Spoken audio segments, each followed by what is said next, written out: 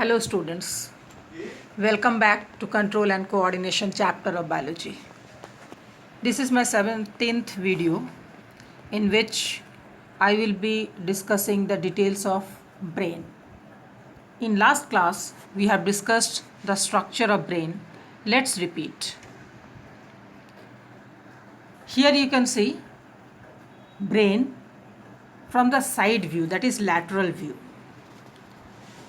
Brain is divided into three parts: forebrain, midbrain and hindbrain. Forebrain is the largest. You can see the structure right from this to this. The whole is forebrain. This is called cerebral hemisphere, the whole part. You can see ये जो ऐठा हुआ हिस्सा दिख रहा है कन्वलसेंस, ये पूरा का पूरा cerebral hemisphere है. We have two cerebral hemispheres in brain. Cerebral hemisphere or cerebrum is the largest. Midbrain is the small region and hindbrain, which is made up of three parts: pons, which is also known as pons varolii, medulla, also known as medulla oblongata, and cerebellum. This medulla extends as spinal cord. This spinal cord runs from inside of vertebral column. आपकी जो रीढ़ की हड्डी है उसके बीच में जो column है उसी के अंदर स्पाइनल कॉर्ड गर्दन से होता हुआ एब्डोमेन के निचले हिस्से तक पहुंचता है. यानी स्पाइनल कॉर्ड जो है वो वर्टिब्रल कॉलम से प्रोटेक्टेड होता है. न सिर्फ वर्टिब्रल कॉलम से प्रोटेक्टेड होता है बल्कि जैसा कि मैंने बताया कि ब्रेन में सबसे बाहर बोन है जिसको क्रेनियम कहते हैं या स्कल कहते हैं. उसके बाद तीन मेम्ब्रेनस कवरिंग्स हैं जिसको मेनिंजेस कहते हैं. तो इस तरह की कवरिंग स्पाइनल कॉर्ड के चारों तरफ भी है, 3 layers of meninges, and of course there are bones of vertebral column जिसको आप रीढ़ की हड्डी कहते हो. तो यहाँ तक हम लोग पढ़ चुके थे. सेरिब्रल हेमिस्फीयर जो बहुत बड़ा है, इसके अलग अलग जोन्स हैं और इसमें अलग अलग सेंटर्स हैं. तो अब हम लोग पढ़ेंगे कि फोर ब्रेन, मिड ब्रेन और हाइंड ब्रेन, इनके फंक्शंस क्या हैं. इसको हम शॉर्ट में पढ़ेंगे. ना फोर ब्रेन में जितने सेंसरी इम्पल्सेस हैं, पिछले क्लास में मैंने आपको बताया था कि कुछ स्पेशल रिसेप्टर्स होते हैं जो ख़ास स्टिमुलस को एनवायरनमेंट से लेकर के सेंट्रल नर्वस सिस्टम में पहुंचाते हैं. और ये 5 सेंस ऑर्गन्स आप जानते हो क्या क्या हैं: ईयर, नोज़, आइज़, टंग, स्किन एट्सेट्रा. ये सारे के सारे एरियाज़ फोर ब्रेन के सेरिब्रम यानी सेरिब्रल हेमिस्फीयर में हैं. तो सेरिब्रल हेमिस्फीयर के जो सेंसरी इम्पल्सेस हैं, जो सेंसरी ऑर्गन से इम्पल्स को लाता है और फोर ब्रेन के उन सेंटर्स में पहुंचाता है जहां hearing, smell, sight, taste, vision का सेंटर है. यानी सेरिब्रल हेमिस्फीयर में ये सारे एरियाज़ हैं: area for hearing, area for smell, area for sight, area for taste and vision यानी टू सी. ठीक है, ये सारे सेंसरी हैं. सेंसरी का मतलब है वो इम्पल्सेस जो ब्रेन या स्पाइनल कॉर्ड में इंफॉर्मेशन लेकर जाए. आपको रिफ्लेक्स एक्शन का डायग्राम याद हो, पिछली बार मैंने पढ़ाया था, जिसमें सेंसरी न्यूरॉन इंफॉर्मेशन लेकर जाता है स्पाइनल कॉर्ड में, और मोटर न्यूरॉन पेरीफेरी यानी मसल्स में ऑर्डर लेकर आता है। तो एनवायरनमेंट से इंफॉर्मेशन पहुंचाने वाला सेंसरी कहलाता है, और सेंट्रल नर्वस सिस्टम से इंफॉर्मेशन या ऑर्डर पहुंचाने वाला मोटर कहलाता है। तो हमारे जितने सेंसरी इम्पल्सेस हैं जो हमारे सेंस ऑर्गन से निकलते हैं, सेंस ऑर्गन में जो रिसेप्टर्स हैं, जैसे आई में क्या है, ऑप्टिक, नोज़ में क्या है, ऑल्फैक्टरी, ईयर में ऑडिटरी। तो ये सारे रिसेप्टर्स के नाम हैं जो अपने अपने स्टिमुलस को लेकर के ब्रेन के एरियाज़ में डालते हैं। अब हम कुछ देख रहे हैं, इसका मतलब है कि हमारे आई के रेटिना के पीछे जो रिसेप्टर्स हैं, उस रिसेप्टर ने लाइट को कैच किया और इन्फॉर्मेशन को ब्रेन में पहुंचाया। अब हम उसको देखने के बाद एक्शन क्या लेंगे, ये ब्रेन डिसाइड करेगा। ठीक है। तो फोर ब्रेन में और भी हिस्से हैं, जैसे थिंकिंग, मेमोरी, यानी आप इससे पहले आपके जो भी इंफॉर्मेशंस ब्रेन में स्टोर हैं, that is called memory. Thinking is a complicated process. ये सारे सेंटर्स फोर ब्रेन में हैं। यही वजह है कि फोर ब्रेन इतना बड़ा है। तो ये इम्पल्सेस जब रिसीव होते हैं तो इसका इंटरप्रिटेशन होता है जिस सेंटर में, उसका नाम है एसोसिएशन एरिया। ये भी फोर ब्रेन में है। देखो, कोई भी एक्शन ये बहुत कॉम्प्लिकेटेड प्रोसेस है। सपोज़ कोई एग्ज़ाम्पल अगर लेते हैं कि हमने कुछ देखा, अगर डेंजरस है तो हो सकता है कि हम चीख पड़ें, हो सकता है कि हम भागें। तो ये एक्शंस हैं। ठीक है। तो देखा यानी आपके आई का रिसेप्टर उसको ब्रेन में ले गया। अब ब्रेन के एसोसिएशन सेंटर में जाने से पहले वो कई सेंटर से गुजरेगा। मेमोरी से गुजरा, आपकी मेमोरी में है कि ये डेंजरस चीज़ है। मान लो सांप निकला हुआ, आपने सांप देख लिया, तो आपके मेमोरी में है कि ये ख़तरनाक है, इसमें विष हो सकता है, पॉइज़न हो सकता है, तो ये मेरे लिए ख़तरनाक है, तो मुझे भागना चाहिए। ठीक है। तो आपने देखा, आपके मेमोरी ने उस बात को समझाया, खतरे को आपने सोचा, सोचने के बाद ये सारा एसोसिएशन सेंटर में जा कर के इनकॉर्पोरेट होता है, यानी वहाँ जाता है, लोड होता है। उसके बाद एसोसिएशन सेंटर डिसाइड करता है कि क्या करना चाहिए। ठीक है। डिसाइड करने के बाद वहाँ से वो मोटर एरिया में इंफॉर्मेशन पहुँचाता है। मोटर एरिया वो एरिया है जहाँ से आपका सारा मोटर नर्व्स कंट्रोल होता है। तो मोटर एरिया क्या करेगा, अब इंफॉर्मेशन मोटर नर्व्स के ज़रिए आपके अलग अलग मसल्स में पहुँचाएगा। जैसे मान लीजिए कि आपके वोकल कॉर्ड के मसल में, जिससे आप चीखते हो। ठीक है। आपके लेग मसल्स में, जिससे आपका पैर काम करता है और आप वहाँ से भागते हो। ठीक है। तो ये सारी बातें, जो एक्शन जो हुई, आपका भागना या चीखना, ये हुआ मोटर एरिया की वजह से। और मोटर एरिया को किसने इन्फॉर्मेशन दिया, एसोसिएशन सेंटर ने। और एसोसिएशन सेंटर ने कैसे डिसाइड किया, वो पिछला मेमोरी वगैरह के हिसाब से। अब एकदम छोटा बच्चा जो घुटनों के बल चलता है, उसको खतरे का एहसास नहीं है, सामने सांप भी आ जाए तो उसमें उस तरह का रिएक्शन नहीं होगा। समझ में आया। तो किस तरह का एक्शन होगा वो एसोसिएशन सेंटर डिसाइड करता है, क्योंकि अलग अलग मौके पर हम अलग अलग तरह से रिएक्ट करते हैं। तो ये रिएक्शन हमारे एसोसिएशन सेंटर की वजह से होता है।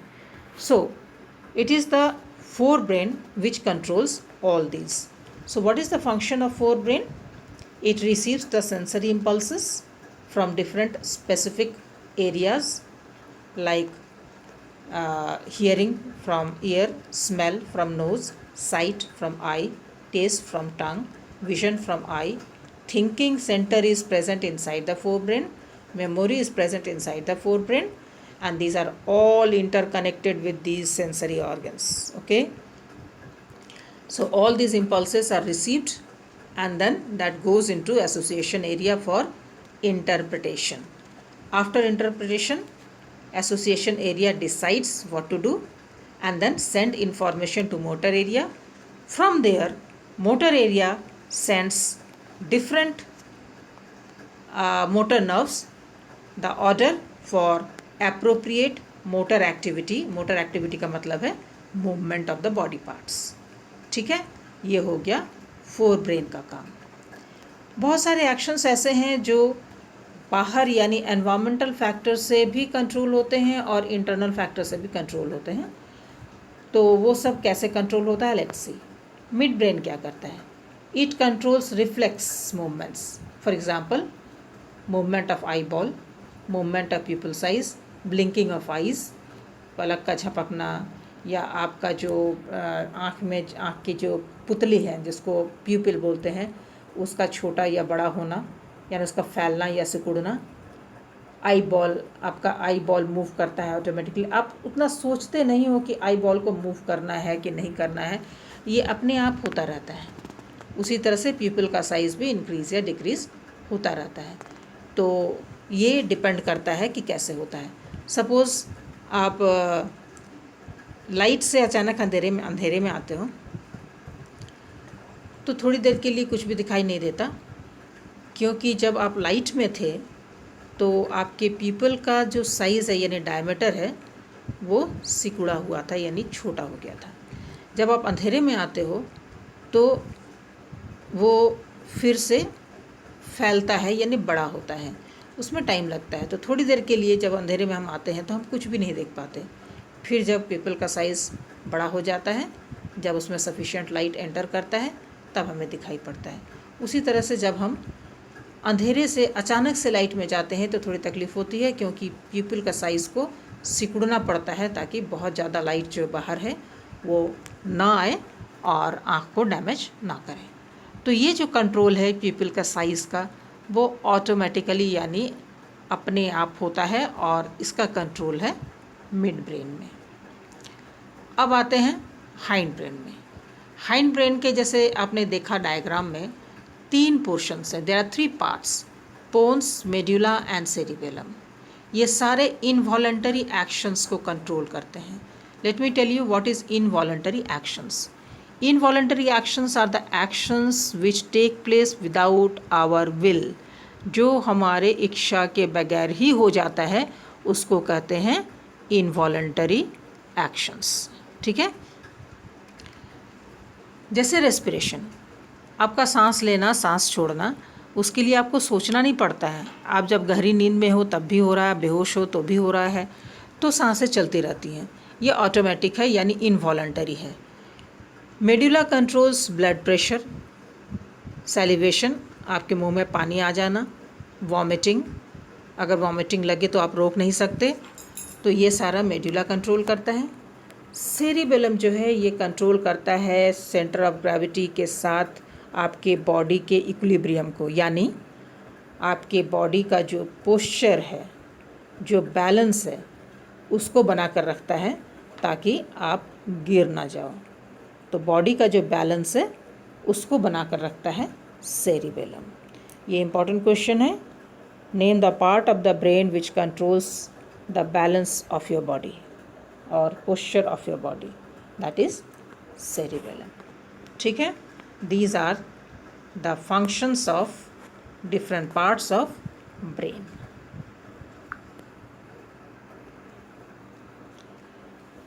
Late us discuss how does nervous system cause action.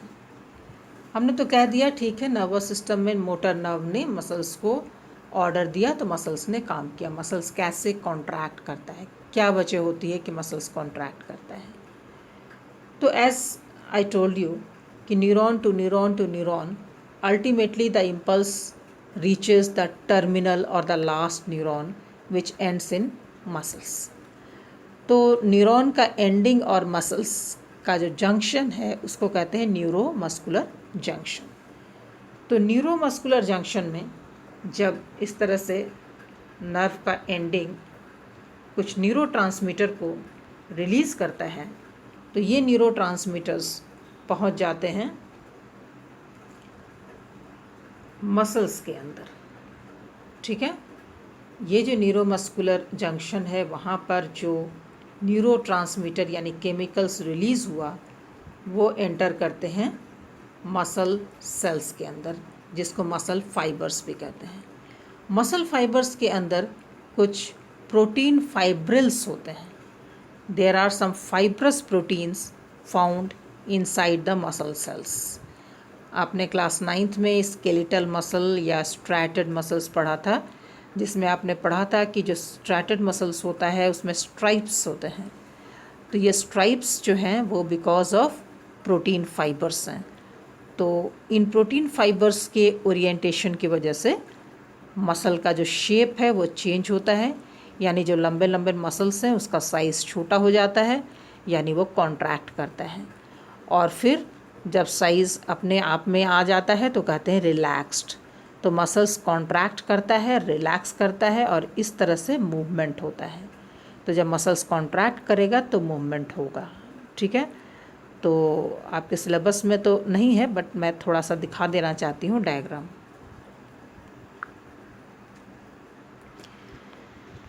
This is the diagram of a muscle fibre.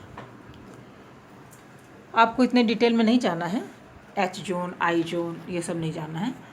आप सिर्फ ये देखो कि यहाँ पर दो तरह के प्रोटीन फाइबर्स दिखाए जा रहे हैं, ब्लू कलर के और रेड कलर के। ये दोनों प्रोटीन फाइबर्स हैं, इनका नाम है एक्टिन एंड मायोसिन। चलो, तो होता क्या है कि एक्टिन और मायोसिन अपना प्लेस चेंज करता है, एक दूसरे के ऊपर स्लाइड करता है, और ये जो जेड लाइन है आप देख सकते हो, ये जो जेड लाइन है वो खिसक गया और टोटल डिस्टेंस जो है वो कम हो गया, ठीक है। टोटल डिस्टेंस जो है वो कम हो जा रहा है। यहाँ पर ये जो फाइबर्स हैं वो स्लाइड करके जेड लाइन के ऊपर चला गया। देखो ये जो डिस्टेंस है यहाँ इतना सा है, यहाँ इतना है, उसी यहाँ इतना सारा डिस्टेंस है और यहाँ बस इतना सा ही डिस्टेंस है। तो कुल मिलाकर के इसका जो साइज़ है वो साइज़ रिड्यूस कर गया। This is the size. तो जितने मसल सेल्स हैं सबका साइज़ अगर इस तरह से रिड्यूस कर जाएगा तो उस पार्ट में एक खिंचाव आएगा जिसकी वजह से मूवमेंट होगी। इसी को कहते हैं muscular contraction. So this is all about nervous system. ख़त्म होता है। आप पेज नंबर 119 NCERT बुक में, उसमें कुछ क्वेश्चंस हैं, टोटल 5 क्वेश्चंस हैं जिसमें 2 मैं सॉल्व करके दे रही हूँ, बाकी आपको खुद करना है, ठीक है। रिवाइज़ करोगे, बुक के साथ मिला लोगे, ठीक है। पूरे चैप्टर को रीड करना है और जितना मैं नोट्स दे रही हूँ या जो भी मैं यहाँ पर बना कर दे रही हूँ टेबुलर फॉर्म में, वो सब आप नोट डाउन करोगे अपने फेयर नोट कॉपी में। नेक्स्ट क्लास में मैं पढ़ाऊँगी coordination in plants. Till then bye.